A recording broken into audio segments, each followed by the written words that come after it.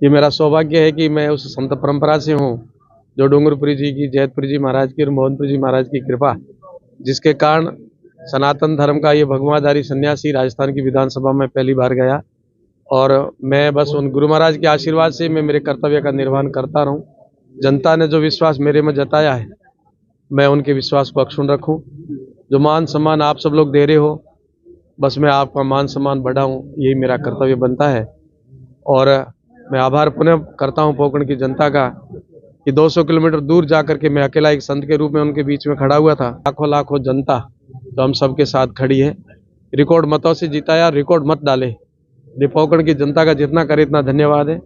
आज मैं मेरी इस जन्मभूमि और मेरी तपोभूमि जो तारातरा मठ है उसकी शाखा हमीरपुरा के अंदर मेरे पूज्य मोहनपुरी जी महाराज की कृपा पात्र गुरु महाराज के मेरे सगे गुरु भाई नारायणपुरी जी महाराज, हमारे आदरणीय खुशहालगिरी जी महाराज विराजे यहाँ दर्शन करने आया। और यहाँ स्थानीय लोगों ने अनायास इतना अच्छा कार्यक्रम रखा, तो मैं आप सबका भी धन्यवाद करता हूँ।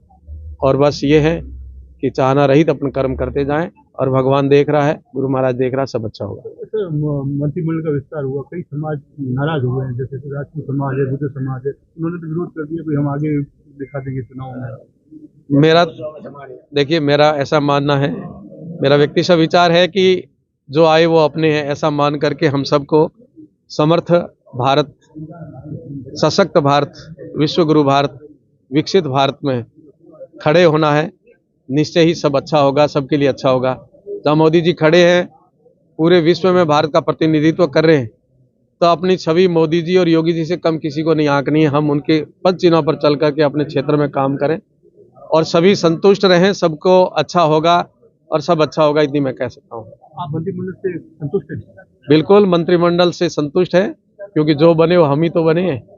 इसलिए ऐसा कोई भाव नहीं है कि हम सब आ जाते हैं। यहाँ अयम निजः परोवेति गणना लघु चेतसाम, ये मैं और पराया का छोड़ करके हम सबको संतत्व के भाव के साथ में राष्ट्र को खड़ा करना है। इसलिए हम तो हमारे कर्तव्य का निर्वहन कर रहे हैं, और अच्छा होगा पश्चिमी राजस्थान के लिए, संपूर्ण राजस्थान के लिए अच्छा काम होगा। तो आपका नाम फाइनल तक हो गया था, कहाँ विरोध हो गया? विरोध कहीं हुआ ही नहीं है, सहमति हुई आपस में। हमने सहमति जताई, कहीं ऐसी कोई विषय आया था तो हमने कहा जो बनेगा वो मैं ही तो बन रहा हूँ, किसी को बनाओ वो मैं ही हूँ। इस भाव से सहमत होकर के हम सब ने मंत्रिमंडल का निर्णय हुआ है, और जो बने हैं सब हम ही हैं। तो असहमत कौन है? असहमत कोई नहीं है सब सहमत ही है, तभी तो बना है, और सब अच्छा होगा और आगे भी अच्छा होगा। महाराज जी, पोखरण में वितर्क टूटा है, ऐसा बताया जा रहा था कि धर्म युद्ध की तरह वहाँ चुनाव लड़ा जाता था, लेकिन बताया जा रहा है कि इस बार जो मत पड़े वो दोनों पड़े जो वहाँ वोट बैंक। नहीं, ऐसा कुछ नहीं है। अभी भी हम सब अपने उद्देश्य की तरफ ही बढ़ना है, और जिस उद्देश्य को लेकर के पोकरण गया हूँ वो अभी पूरा नहीं हुआ है। इसलिए पोकरण वालों को भी ध्यान रखना है और स्थानीय लोगों को भी ध्यान रखना है कि 200 किलोमीटर दूर जाकर के राजनीतिक और नेता बनने के लिए नहीं गए हम लोग, एक बड़े उद्देश्य के साथ गए हैं। इसलिए हमारा उद्देश्य पूर्ति में हम अपने जीवन को लगाएंगे और सब अच्छा होगा, अच्छा वातावरण बना रहे हैं। क्या उद्देश्य है सर वहाँ जाने के पीछे? क्रांतिकारियों ने देश को स्वतंत्र क्यों कराया था, और स्वतंत्र करा करके हमारे को क्या दिया? प्रजातंत्र। तो जहाँ प्रजातंत्र का गला घोटा जाता है, जहाँ परिवार तंत्र पनपता है, वहाँ हम सबको खड़ा होना है। देश में भी जहाँ ऐसा लगता है कि देश का कोई न कोई ऐसी पार्टी, ऐसा मुखिया जो परिवार तंत्र को मजबूत करके देश के साथ खड़ा होने का प्रयास करा, ऐसा कभी नहीं होगा। जब देश खड़ा होगा, प्रजा खड़ी होगी, वहाँ प्रजातंत्र खड़ा होगा, और प्रजातंत्र के लिए हम सबको खड़ा होना है। परिवार तंत्र नहीं हो, और परिवार तंत्र की जगह प्रजातंत्र हो। एक जीत तो हुई, आगे कौन सी क्या टारगेट रहेगा?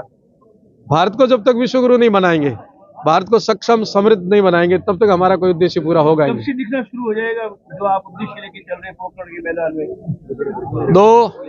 22 जनवरी को जैसे ही भगवान राम की मूर्ति की स्थापना हो जाएगी, ऐसे आप सोचो कि राम राज्य शुरू हो जाएगा, भगवान राम विराजमान हो जाएगा, उसके बाद राम राज्य शुरू हो जाएगा।